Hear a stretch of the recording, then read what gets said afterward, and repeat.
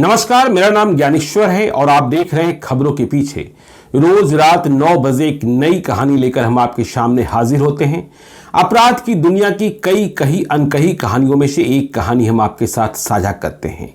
तो यदि आप खबरों के पीछे के पुराने दर्शक हैं तो आपको पता है कि एपिसोड नंबर 254 से श्रृंखला चल रही है आईपीएस किशोर कुणाल की, एक बेहद ही कड़क और ईमानदार आईपीएस अधिकारी की जो अपने सेवा काल में सदैव अपराधियों से लोहा लेते रहे। और आज खबरों के पीछे का एपिसोड नंबर है 269। तो देखिए, जो कहानी है वो तब की कहानी है जब पलामू में किशोर कुणाल एसपी थे और किशोर कुणाल की भिड़ंत हुई थी तब के सबसे मवाली और बाहुबली विधायक विनोद सिंह से, जो पहली बार 1977 में चुनाव जीत गए थे। 1980 में फिर से चुनाव जीते थे। किशोर कुणाल ने इनकी सारी हेकड़ी निकाल दी थी।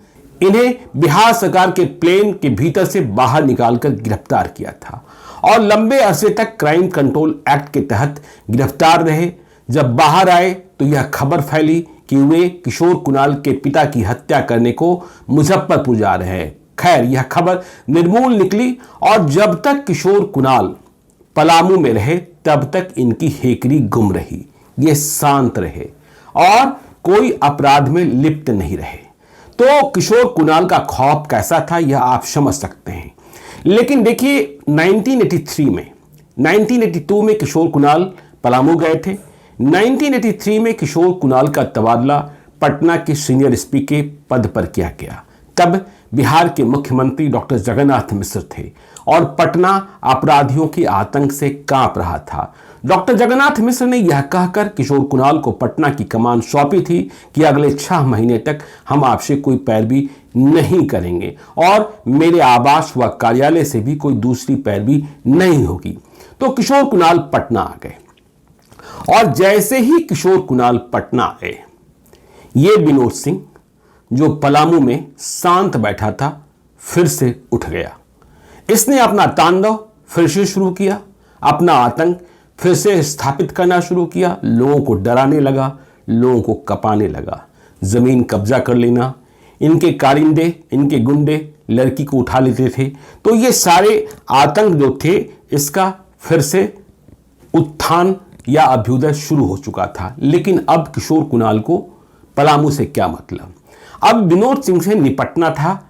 पलामू में जो नए एसपी थे उन्हें, वो जाने क्या करेंगे विनोद सिंह और क्या करेगी पलामू पुलिस। लेकिन एक बात याद रखिए, विनोद सिंह की कसक किशोर कुणाल से बदला लेने की थी।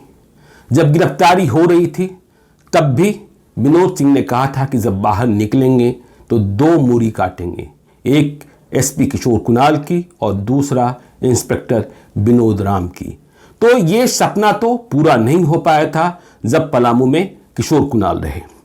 अब जब वे पटना आ गए तो इस बीच कई सारे पॉलिटिकल डेवलपमेंट भी हो गए। विनोद सिंह को समझने के लिए देखिए, आज जो आपको हम कहानी बता रहे हैं वह कहानी सिर्फ किशोर कुणाल की जीवनी पर आधारित दमन तक्षकों से नहीं है, इसके आगे भी है। हमने विकास कुमार झा की पुस्तक राजनीति का अपराधीकरण, उससे भी कई जानकारियां प्राप्त की हैं। तब के अखबारों से, हिंदुस्तान अखबार से भी कई खबरें प्राप्त की हैं। तो पॉलिटिकल डेवलपमेंट ये हुआ कि आपको पता है कि संजय गांधी की मौत, इंदिरा गांधी के बेटे संजय गांधी की मौत प्लेन क्रैश में हो गई थी और इसके बाद मेनका गांधी का इंदिरा गांधी के परिवार में साथ रह पाना संभव नहीं हो पाया था। 1982 में 1982 में मेनका गांधी इंदिरा गांधी के घर से बाहर निकाल दी गई थी। इंदिरा गांधी जब लंदन में थी तभी खबर मिली थी कि मेनका गांधी एक नई पॉलिटिकल पार्टी संजय विचार मंच की स्थापना करने जा रही है।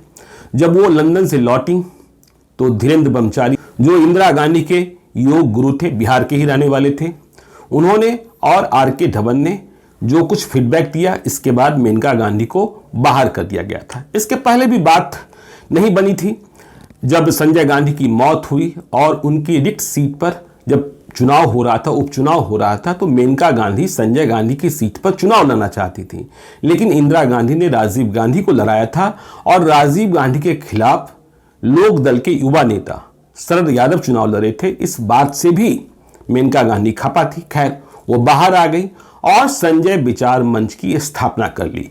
उनके साथ तब संजय गांधी के पुराने साथी अकबर अहमद दम्पी जैसे नेता थे। तो देश भर में कई नेता, कई विधायक संजय विचार मंच से जुड़ने लगे थे और इनमें विनोद सिंह भी शामिल हो गया था। ये मवाली, ये बाहुबली विधायक अब मेनका गांधी के साथ था। तो किशोर कुणाल याद करते हैं कि जब वे पटना के एसएसपी थे, वे कई दूसरे अपराधों से लड़ रहे थे। बॉबी कांड उनमें सबसे अधिक चर्चित केस था। इस बीच ये विनोद सिंह जो खार खाए बैठे था, उसने पटना में एक कांड करा दिया। पटना में बम विस्फोट कराया। किशोर कुणाल की पुस्तक तो कहती है दमन तक्षकों का कि वह विस्फोट बिहार विधान मंडल परिसर में हुआ, बिहार विधानसभा के भीतर हुआ। और इस विस्फोट के बाद आप समझ सकते हैं सरगर्मी कैसे बढ़ी होगी। तो किशोर कुणाल एसएसपी थे। जब उन्होंने इसकी जांच शुरू की तो जो कड़ियां जुड़ी, जो केस आगे बढ़ा, उसमें यह बात सामने आ गई कि इसमें विनोद सिंह का हाथ है। तो किशोर कुणाल से बदला लेने को, किशोर कुणाल को बदनाम करने को, यह विनोद सिंह की एक नई चाल थी, एक नया अपराध था। खैर, किशोर कुणाल कहां मानने वाले थे, उन्होंने शिकंजा कसा। और किशोर कुणाल याद करते हैं कि विनोद सिंह इस मवाली, इस बाहुबली एमएलए की पैरवी करने को मेनका गांधी दिल्ली से उड़कर पटना पहुंच गई। किशोर कुणाल से हमने बातचीत की थी अभी हाल में ही। उन्होंने बताया कि देखिए, मेनका गांधी ने किसी अभियुक्त की सिफारिश जितनी मजबूती से की थी, वो भी विनोद सिंह जैसे मवाली की उतनी पैरवी या उतनी तेज बहस पूरे सेवा काल में उनके साथ किसी ने नहीं की। यह बहस सचिवालय थाने में हुई थी, पटना के सचिवालय थाने में। लेकिन किशोर कुणाल कहां मानने वाले थे। किशोर कुणाल को यह बात भी याद है कि जब वे दिल्ली जा रहे थे तो उसी फ्लाइट में वापसी में मेनका गांधी भी थी, सीटें भी आसपास ही थी। मेनका गांधी ने कुछ कहा तो नहीं, लेकिन वो सदैव गुर्राती रही। खैर, इन सब चीजों का किशोर कुणाल पर कोई असर नहीं पड़ता था। तो ये कहानी पटना की रही।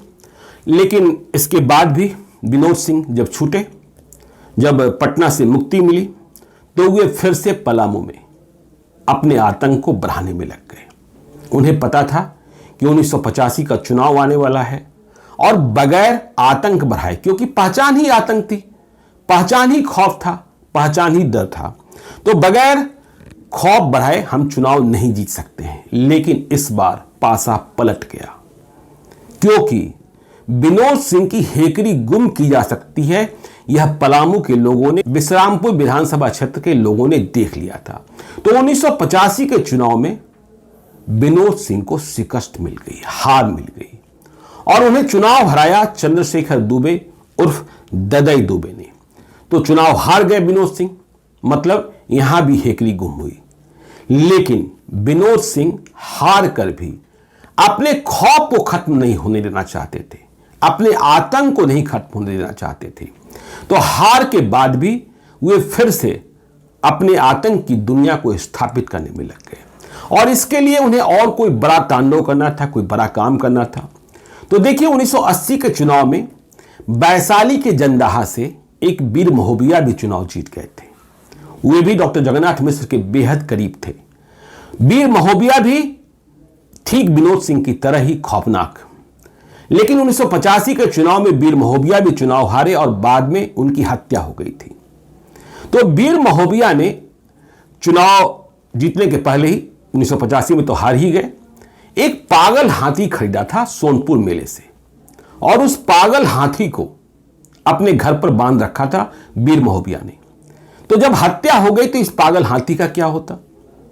तो ये जो विनोद सिंह थे, जीते जी विनोद सिंह और वीर महोबिया में दोस्ती भी थी। तो ये विनोद सिंह वीर महोबिया के उस पागल हाथी को खरीदकर पलामू के मालहन में ले आए, जो उनकी गुंडई का अड्डा था। अब देखिए, जब ये पागल हाथी आया तो आप समझ सकते हैं कि लोग और कितना डर गए होंगे। उन्हें लगता था कि पता नहीं अब क्या होगा। रात को यदि विनोद सिंह पागल हाथी को खोल दिए तो वह किसको किसको मारेगा। लेकिन देखिए विनोद सिंह कितने क्रूर थे कि इस पागल हाथी का जो महाबत था, जिसका नाम लल्लू था, उससे भी दशहरे के दिन में एक दिन वे गुस्सा हो गए और फिर इस महाबत को उल्टा लटकाकर इतना मारा कि पूछिए मत। फिर वह जो महाबत था लल्ला नाम है, लल्लू नहीं, लल्ला, वह कहां गायब हो गया किसी को पता नहीं चला। मालहन गांव के लोग इस पागल हाथी के डर से, विनोद सिंह का डर तो था ही, अब पागल हाथी का भी डर था। इस पागल हाथी के डर से रात रात भर नहीं सोते थे, क्योंकि जब यह पागल हाथी रात को चिंघाता तो लगता कि पता नहीं अब क्या होने वाला है। खैर, ये आतंक कभी न कभी तो खत्म होने वाला था। आतंक कभी सदैव जिंदा नहीं रहता है। किशोर कुणाल ने पहले भी समझाया था कि कानून के हाथ लंबे होते हैं। यहां इस बात की स्थापना होती थी कि भगवान भी सब कुछ देखता है। तो अब देखिए विनोद सिंह का अंत समय आने को था और अंत समय में भी बहुत सारे डेवलपमेंट हो रहे थे। 1987 का साल 1987, देश का परिदृश्य बदल रहा था। राजा विश्वनाथ प्रताप सिंह ही कहिए, वे हीरो की तरह उभरे हुए थे। देश भर में उनकी आंधी चल रही थी। तो ये विनोद सिंह भी राजा विश्वनाथ प्रताप सिंह के साथ हो लिए थे। आगे विश्वनाथ प्रताप सिंह के साथ मिलकर ही चुनावी बैतरनी पार करना चाहते थे, पर यह होना नहीं था। 18 जून 1987 को राजा विश्वनाथ प्रताप सिंह औरंगाबाद आए थे और तब औरंगाबाद में इस विनोद सिंह ने भी राजा विश्वनाथ प्रताप सिंह के साथ मंच साझा किया था। बड़ी सभा हुई थी, बड़ी रैली हुई थी। विकास कुमार झा की पुस्तक राजनीति का अपराधीकरण इस बात की गवाही देता है। तो खैर 18 जून 1987 को विश्वनाथ प्रताप सिंह की सभा में विनोद सिंह शामिल हुए। इसके बाद वे अगले 2-4 दिन तक या 5 दिन, जो भी जोड़ लीजिए, जो आगे की तारीख हम बताएंगे, वे औरंगाबाद और इधर के इलाके में ही रह गए थे, विचर रहे थे, घूम रहे थे, टहल रहे थे। अब देखिए आखिरी रात आती है 25 जून 1987, 1987, जो विनोद सिंह की जिंदगी की आखिरी रात शामिल हुई। ये विनोद सिंह डाल्टनगंज से कोई 80 किलोमीटर दूर चंदबा स्टेशन है, वहां रात को पहुंचे थे और चंदबा में उन्होंने कोई लाल साहब होंगे, उनके परिचित होंगे, उनके यहां भोज खाया था। इसके बाद वे बिरला के गेस्ट हाउस में जाकर ठहर गए थे। अब विनोद सिंह के लिए कोई गेस्ट हाउस खुल जाता, बिरला का गेस्ट हाउस क्या था, तो बिरला का गेस्ट हाउस खुला, वे रात को ठहरे, लेकिन सुबह जाग नहीं पाए। हुआ ये कि इसी गेस्ट हाउस में रात को विरोधियों ने, हमलावरों ने, हत्यारों ने इन्हें गोलियों से बींध दिया। अब इन्हें गोली मारी किसने, तो ये खत्म हो गए। विनोद सिंह की कहानी खत्म हो गई, विनोद सिंह का आतंक खत्म हो गया। तो सवाल अब यह पैदा हुआ कि जो विनोद सिंह इतना बड़ा आतंक का नाम था, उसे आखिर मारा किसने। जो एफआईआर दर्ज हुई वह अज्ञात लोगों के खिलाफ दर्ज हुई, क्योंकि किसी हत्यारे को किसी ने देखा ही नहीं था। यह भी अजीब बात थी। लेकिन जो चर्चा हुई वो चर्चा ये हुई कि पलामू के मालहन, जो इनके गुंडई का गांव था, जहां इनकी गुंडई चलती थी, जहां इनके कारिंदे लड़कियों को उठा लेते थे, जहां ये जमीन कब्जा कर लेते थे और यातना का हर वो तरीका जिसके बारे में सोचा नहीं जा सकता है, उसे ये लोग अंजाम देते थे। तो चर्चा ये रही कि मालहन गांव के लोगों ने ही इस जुल्मों सितम से छुटकारा पाने के लिए विनोद सिंह को ढेर कर दिया गोलियों से। और इस बात में सच्चाई इसलिए भी दिखती थी क्योंकि कोई साल भर पहले 1986 में महुआ मिलान स्टेशन के पास, बहुत छोटा सा स्टेशन है, वहां भी विनोद सिंह पर मालहन गांव के लोगों ने ही हमला किया था। उस हमले में विनोद सिंह बच गए थे और जब बच गए थे तो वापस आकर उन्होंने मालहन गांव के उन लोगों को बेरहमी से पीटा था, मारा था, सब कुछ किया था जो हमले में शामिल थे। तो इसलिए यह शक पुख्ता होता रहा कि जो बदला है जुल्मों सितम से छुटकारा पाने के लिए मालहन गांव के लोगों ने ही लिया। लेकिन विनोद सिंह की हत्या की खबर पहले भी कई बार फैल चुकी थी। 1985 के चुनाव में जिस चंद्रशेखर दुबे उर्फ ददई दुबे ने इन्हें पराजित किया था, जब उन्हें 26 जून 1987 को विनोद सिंह मतलब राजनीतिक प्रतिद्वंदी की मौत की खबर मिली, हत्या की खबर मिली, तो उन्हें विश्वास ही नहीं हुआ।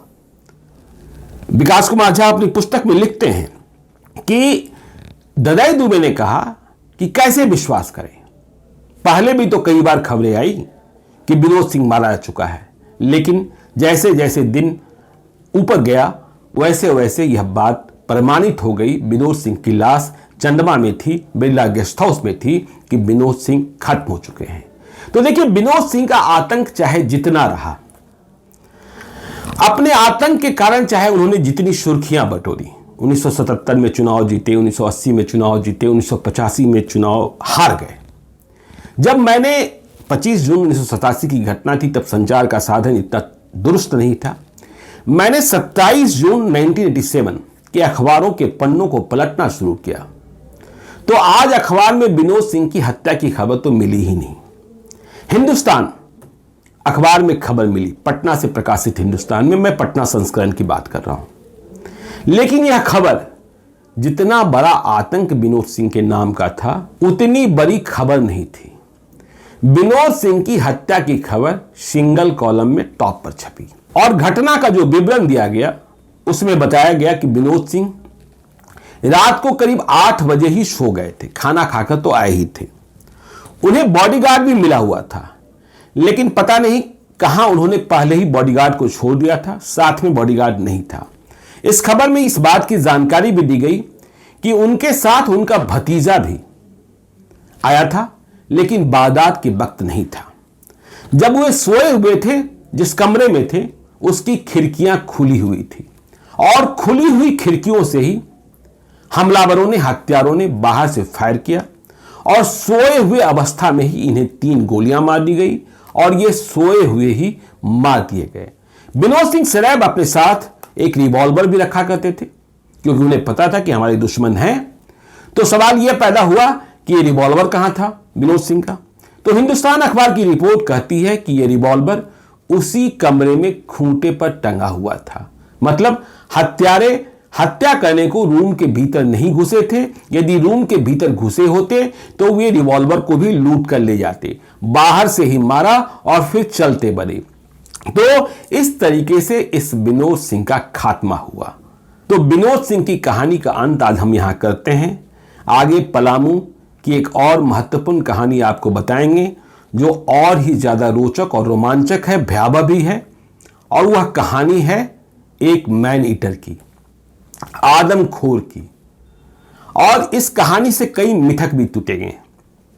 देखिए, किशोर कुणाल के बारे में कई बातें कही जाती हैं, तो आप देखेंगे कि किशोर कुणाल जब अपराधियों के खिलाफ लड़ते थे तो भेदभाव करते थे कि नहीं करते थे। आगे आपको उस कहानी में, आदमखोर पलामू की वो कहानी जिसमें कहा जाता था कि जब वो व्यक्ति गुस्सा होता था तो उसने चीता पाल रखा था और चीता जो था पिंजरे में रहता था, आदमी को उसी चीता के सामने पिंजरे में फेंक देता था। तो इस कहानी को भी आपको हम बताएंगे। आप देखते रहिए खबरों के पीछे को। यदि अब तक आपने हमारे YouTube चैनल खबरों के पीछे को सब्सक्राइब नहीं किया है तो जरूर कर लीजिएगा, और यदि इस वीडियो को आप फेसबुक पेज के माध्यम से देख रहे हैं तो पेज को लाइक कीजिएगा। एक और अनुरोध कि यदि आप मुझसे कोई कहानी सुनना चाहते हैं, मुझे कोई कहानी बताना चाहते हैं, कोई भूल सुधार चाहते हैं या सीधे तौर पर संपर्क करना चाहते हैं, तो आप हमें gyaneshwarlive@gmail.com पर मेल कर सकते हैं। इतना ख्याल रखिए कि यदि आप कोई विशेष कहानी बताने को कह रहे हैं तो उस कहानी मतलब वारदात की तारीख, साल और घटना स्थल का पता है तो मुझे जरूर बताएं।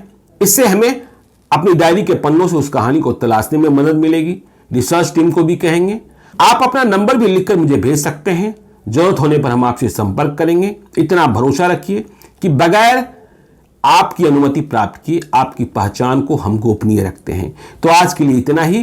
किशोर कुणाल की सीरीज की अगली कहानी के लिए हम मिलते हैं कल रात 9 बजे। हमें दीजिए इजाजत। बहुत बहुत धन्यवाद।